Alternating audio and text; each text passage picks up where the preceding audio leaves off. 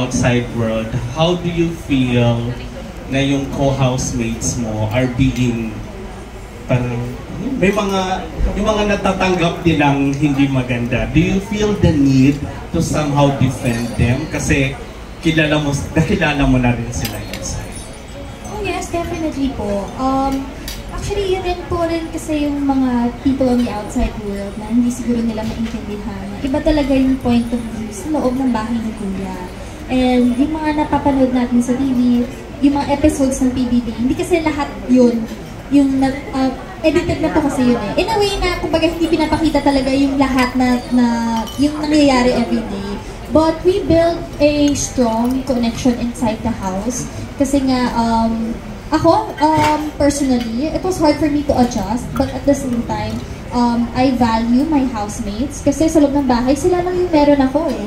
So, we only depend on each other. And on the outside world, kami-kami lang din ang puprotekta sa isa't isa. Kami-kami lang din ang magtatanggol sa isa't isa. Because kami lang din ang nakakaalam kung ano bang pakiramdam sa loob ng bahay ni Kuya. So, sa lahat ng mga housemates ko na nandun sa loob ng bahay ni Kuya at sa mga nakalabas na rin, I will always defend you guys. Kasi yung mga taong dito sa outside world, hindi nila alam kung ano yung pakiramdam sa loob ng bahay. Hindi talaga nila alam kung ano yung mga nararamdaman namin, yung mga pinag-uusapan talaga namin the whole day, kung bakit kami nagpunta sa ganito, paano nagpunta sa ganyan. So, I will always defend them and I will always let them know also na I got their back.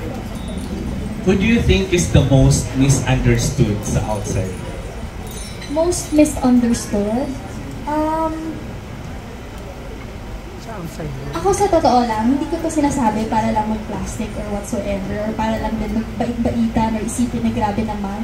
But honestly, si AC, yung aking kaduo, alam mo sa totoo lang on the outside world, sobrang na-shock talaga ako na gano'n yung pagtanggap ng tao sa kanya.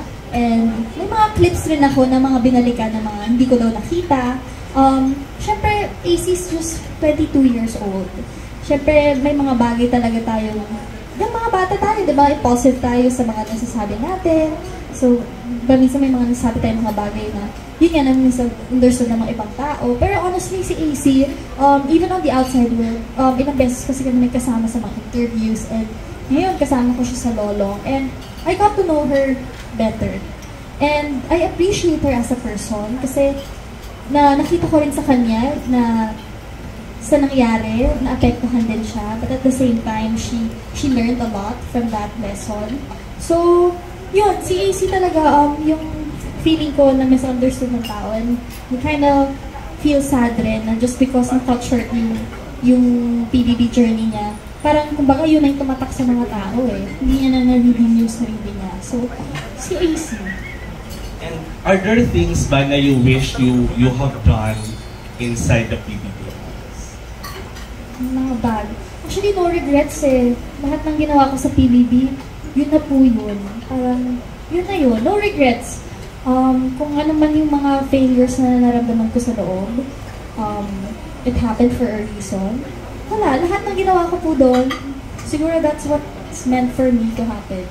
And lastly, now that we're outside, ano na may mismong gawin na ginawa niyo sa mga drinks ni Miss Anne?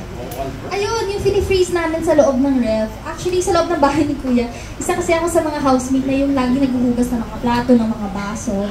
And every time nag-open ako ng ref, ang daming mga baso doon na mga nakatimpla, yung Lux Slim. It's either may avocado, may melon, ang dami doon. So ako yung nagsasabi sa kanila, nakakalimutan kasi nila eh, kasi iniiwan lang nila sa ref.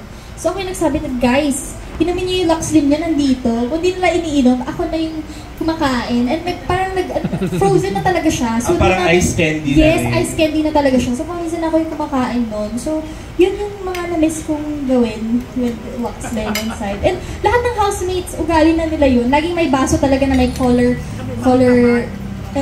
green or color orange. Yun yung melon flavor. Yes! Oo, makulay ang ref, madam, promise talaga. Paminsan nga, ano, pati yung teaspoon, na-freeze na rin doon sa loob ng baso. Ayan, Mars, baka pwede ka na magkaroon ng ice candy tsaka popsicle. Pwede, madam, promise talaga. Lalo yung avocado, pwede itong ice candy. Kaya R&B natin yun. Congrats! Thank you po.